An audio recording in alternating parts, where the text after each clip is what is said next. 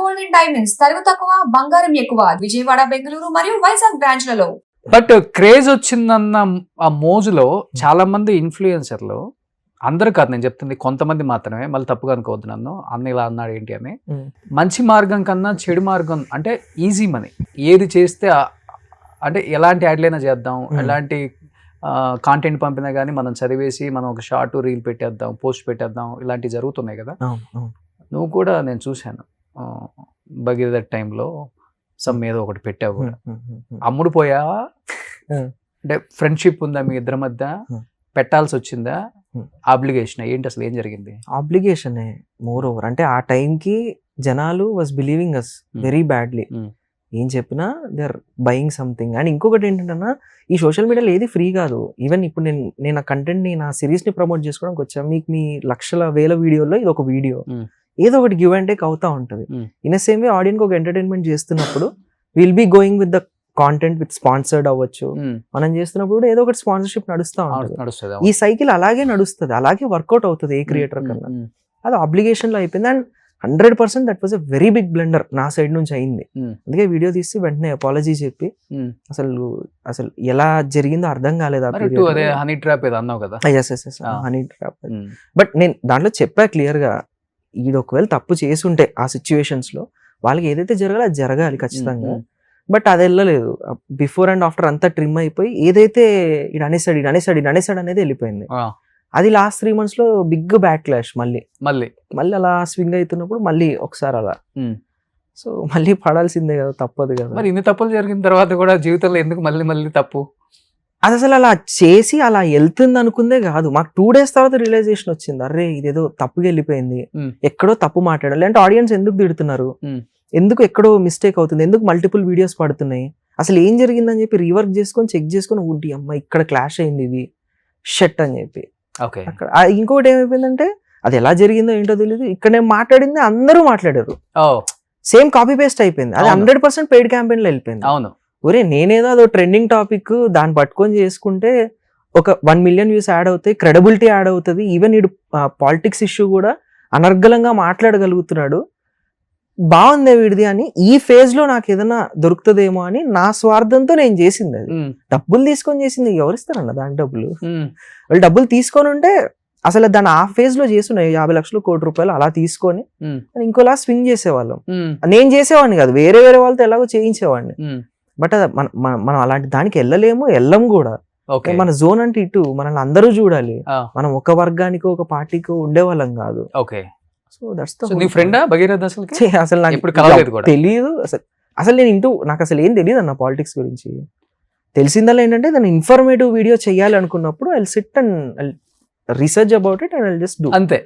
కొన్నిసార్లు ఏం చేస్తాం, మనం హిందీ కాంటెంట్ కొనుక్కొని దాన్ని చేసేవాళ్ళం. హిందీలో వచ్చే వీడియోస్, హిందీలో వచ్చే ఫ్యాక్ట్ థింగ్స్, వాటన్నిటిని పట్టుకొని ఆ కాపీరైట్స్ తెచ్చుకొని చేసేవాళ్ళం. అక్కడ కూడా బిగ్గెస్ట్ బ్లాక్ క్లాష్ ఏంటంటే, మేము ఏదో అక్కడ నుంచి కాంటెంట్ ఫ్రీగా దొబ్బేసి అది చూసేసి ఇక్కడ రాసేసుకొని చేస్తున్నామని. అలా చేస్తే ఇంతకు ముందు ఇలా లేదు, డైరెక్ట్ కాపీరైట్ స్ట్రైక్ లేసి ఛానల్ టేక్ డౌన్ చేస్తాం. సో మళ్ళీ వాళ్ళతో మాట్లాడుకొని, బ్రో ఇట్లా నేను మీకు కాంటెంట్ ఏదైనా చేయాలనుకుంటున్నాను, నాకు ఏమైనా హెల్ప్ చేయగలుగుతారా అంటే, చేసుకోండి అనే వాళ్ళు కొంతమంది ఉన్నారు, మంత్లీ ఇంత ఇచ్చేసి చేసుకోండి అనే వాళ్ళు ఉన్నారు, వీడియోకి నాకు ఇంత షేర్ పంపించనే వాళ్ళు ఉన్నారు. ఆ టర్మ్స్ అని మళ్ళీ ముంబైకి వెళ్ళి వాళ్ళు ఎక్కడెక్కడ ఉంటారు, వన్ ఆఫ్ ది క్రియేటర్ ఒక అతను ఉంటారు, ఆయన మన హర్యానా దగ్గరలో ఉంటారు, ఆయనతో వెళ్ళి మాట్లాడుకొని ఇలా అనుకుంటున్నాను, మీ ఫార్మాట్ తెలుగులో లేదు, నేను చేయాలనుకుంటున్నాను, నేనే డబ్బింగ్ చేసుకుంటే చూస్తారు కదా అన్న ఫార్మాట్ లో మాట్లాడారు. లేదు కొంచెం చూడండి, నా ఫేజ్ ఇది ఇలా నడుస్తుంది అంటే హీ జస్ట్ అండర్స్టూడ్. ఆ ఫార్మాట్ ఇచ్చారు మాకు, ఎదురెదురుగా పేరెంట్స్ కూర్చొని ఇలా చేసుకునేది. అది హిందీలో most famous and viral format అది. దాన్ని తెలుగులోకి తీసుకొచ్చి దాని మెయిల్ అదంతా రాసుకొని చేసాం. ఇక్కడ వాళ్ళ కాంటెంట్ చాలాసార్లు తీసుకొచ్చాం, 10 వీడియోలు సక్సెస్ ఫార్మాట్ వచ్చే వరకు, మళ్ళీ 11 నుంచి సొంతంగా చేసుకోవడం, అలా చేసాం. కానీ paid campaigning, paid promotions too much ఉన్నాయి కదా ఇప్పుడు ఇన్ఫ్లుయెన్సర్స్ మీద. Too much in the things అంటే ఈజీ మనీ వచ్చేస్తుంది అన్న పెయిడ్ క్యాంపెయిన్స్ లో. పెయిడ్ క్యాంపెయిన్ ఎలా, what kind of videos, anything. ఇప్పుడు రీసెంట్లీ స్కామ్స్ అవుతున్నాయి, ఒకరికి ఏదో బాగాలేదని చెప్తే వాళ్ళ పేరు చెప్పి ఇంకోటి ఇంటర్లింక్ థింగ్స్ జరుగుతున్నాయి. విజయనగరం సమ్ సార్ట్ ఆఫ్ అలాంటి రామ్ సింగ్ ఏదో జరుగుతుంది ఇప్పుడు ఇష్యూ, దట్ ఈస్ ఒక థింగ్ అంతే. అది మనకి తెలిసింది, తెలియనివి ఇంకా బోల్డ్ ఉంటాయి అంటే ఓన్లీ హెల్త్ మీదే. ఎందుకంటే ఇన్స్టా ఇవన్నీ ఓపెన్ చేస్తే హెల్త్ మీద ఎక్కువ ఉంటాయి. హెల్త్ రిలేటెడ్ అకౌంట్ నెంబర్ ఇచ్చేసి ఫోన్ పే నెంబర్లు ఇచ్చేసి వేసేయండి అని చాలా మంది టాప్ ఇన్ఫ్లుయెన్సర్లు కూడా చెప్తుంటారు. అదంతా మోసమేనా, స్కామేనా? అది ఎలా ఉంటదంటే 50-50. మనకు అది తెలిసే లోపు ఆ థింగ్ వెళ్ళిపోతుంది, ఫేడ్ అవుట్ అయిపోతుంది. ఓకే. అండ్ ఇంకోటి ఏంటంటే బ్రాండ్ కొలాబరేషన్స్ అనేవి మంచి పెద్ద పెద్ద బ్రాండ్స్ తో చేస్తాం. మనకి ఇప్పుడు NIT ఇన్స్టిట్యూట్స్ ఉంటాయి, వాటిని ప్రమోట్ చేయడానికి బ్రాండ్ వస్తుంది, అది చేస్తాం. అండ్ ఏదైనా బ్యూటీ ప్రొడక్ట్స్ ఉంటాయి, మంచి మంచి స్కిన్ కేర్ ప్రొడక్ట్స్, వాటిని ప్రమోట్ చేస్తాం. ఇదంతా బ్రాండింగ్, ఇది దీని బ్రాండ్స్ ఇవంటారు. ఓకే. పెయిడ్ క్యాంపెయిన్స్ అనేది కంప్లీట్లీ డిఫరెంట్. అది ఓకే, ఆ గేమే వేరు. ఓకే. సో మన తెలుగు వాళ్ళు బాగా ఆడతారు కదా ఆ గేమ్. ఇక్కడ అది మోసం చేయడానికి ఆడతారు. అది ఉన్నారు కదా చాలా మంది ఇన్ఫ్లుయెన్సర్లు, లేరా? ఉండొచ్చు. But the whole point is మనం కాంటెంట్ గేమ్ లో ఉన్నప్పుడు ఈ పెయిడ్ క్యాంపెయిన్ గేమ్ మనం ఆడలేము, ఎందుకంటే మన కాంటెంట్ డిస్టర్బ్ అయిపోతుంది, ఇది చూసే ఆడియన్స్ మిస్ అయిపోతారు. సో ఈ షో చేస్తున్నప్పుడు సడన్ గా ఏదో ఇది చెయ్యండి హెల్త్ అంటే మనకి చాలా డిఫెక్ట్ వస్తుంది. నీ షో చూస్తుంటే ఇదేంటి అని అంటారు. మనకి జెన్యూన్ ఆడియన్స్ బేస్ ఉన్నప్పుడు మనం మోసం చేయాల్సిన అవసరం ఉంది, పెయిడ్ క్యాంపెయిన్ చేయాల్సిన అవసరం ఉంది.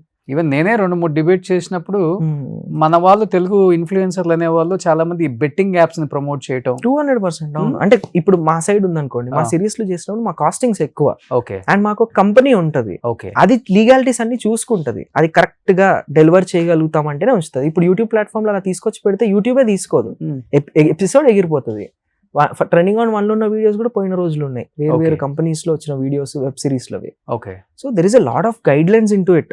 దాన్ని మనం కంప్లీట్ చేయగలిగితేనే మనం దాన్ని చేయగలుగుతాం. బట్ నేను విన్న తేజ, ఈ యూట్యూబ్ లో మేము టాప్ ఇన్ఫ్లుయెన్సర్లు, మేము ఏది చేసినా కానీ మిలియన్స్ వ్యూస్ వెళ్తాయి, వేల కొద్ది లైక్స్ వస్తాయి అని చెప్పుకునే కొంతమంది ఇన్ఫ్లుయెన్సర్ టాప్ అనే ముసుగులో బతికే చాలా మంది తెలుగు ఇన్ఫ్లుయెన్సర్లు కూడా రకరకాల దారుణమైన మోసాలు, తల్లిని తండ్రిని తప్పితే మిగతా అందరినీ మోసం చేస్తున్నారు అనే మాట నిజం కాదా? కొన్ని 100 కోట్లు ట్రాన్సాక్షన్స్ అటు ఇటు మారుతుంది అనే మాట నిజం కాదా? ఒక హెల్త్ కావచ్చు, నువ్వు అన్నట్టు బ్రాండ్స్ కావచ్చు, లేకపోతే ఈ బెట్టింగ్ యాప్స్ కావచ్చు, ఇప్పటికి తప్పని తెలిసినా కానీ చేస్తున్న ఎంతో మంది ప్రమోటర్స్ లేదా, కాంటెంట్ క్రియేటర్స్ లేరా, ఇన్ఫ్లుయెన్సర్స్ లేరా మన హైదరాబాద్ లో? 200% ఉంటారు అన్న. అంటే if you have good there is a bad two కదా.